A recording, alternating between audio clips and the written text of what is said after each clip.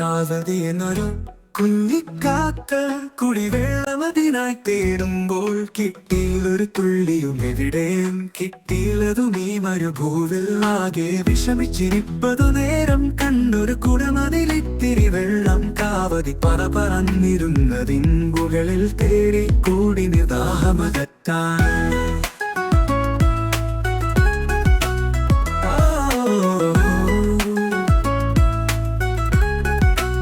വിഫലശ്രമമതു പലതു കഴിഞ്ഞു കാവതി വിഷമിച്ചിരിപ്പതു നേരം മനസ്സിലുതിയൊരു ആശയമതിനായി പറന്നു പെറുക്കി കൽക്കഷണം.